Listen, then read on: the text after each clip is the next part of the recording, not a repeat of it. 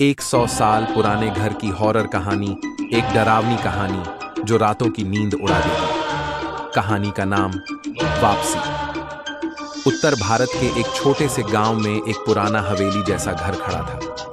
एक वक्त में वह बहुत रौनक वाला घर था, लेकिन पिछले कई दशकों से वह वीरान पड़ा था। गांव वाले कहते थे कि उस घर में कोई लौट कर नहीं आता। पृष्ठभूमि: साल 1925 में उस घर में ठाकुर अर्जुन सिंह रहते थे। उनकी जवान बेटी रूपा की एक रात संदिग्ध हालात में मौत हो गई। कहा जाता है कि रूपा किसी से प्यार करती थी, लेकिन ठाकुर ने उसकी शादी जबरदस्ती तय कर दी थी। उसी रात रूपा की चीखें पूरे गांव ने सुनी थी और फिर कभी नहीं। उसके बाद से हर पूर्णिमा की रात घर से कंगनों की आवाज, किसी के रोने की सिसकियां और पायल की छनछनाहट सुनाई देती थी।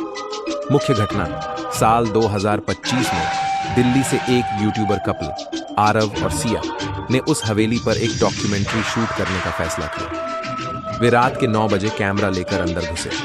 शुरू में सब ठीक था।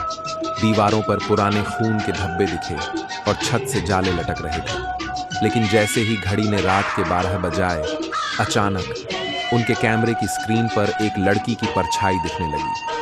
सिया को लगा जैसे किसी ने उसका हाथ पकड़ लिया हो, लेकिन वहां कोई नहीं था। आरव ने सिया को रिकॉर्ड करते हुए देखा कि उसके पीछे कोई सफेद साड़ी में खड़ा मुस्कुरा रहा था। वे डर कर बाहर भागे, लेकिन दरवाजा खुद ब खुद बंद हो गया।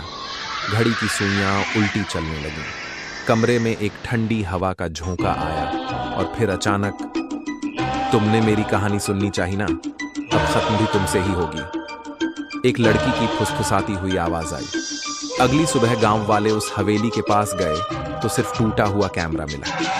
न आरव न सिया, बस कैमरे में आखिरी रिकॉर्डिंग थी। एक धुंधली सी तस्वीर जिसमें रूपा किसी और के चेहरे पर सिया का चेहरा चिपकाकर हंस रही थी। अब भी कहते हैं, अगर कोई उस घर में सच्चाई जानने जाता है तो रूपा उसे अपना बना लेती है। क्या आप उस घर में जाना चाहेंगे? अगर आप चाहें, मैं इस पर एक लंबी कहानी या स्क्रिप्ट भी लिख सकता हूं, बोलें तो।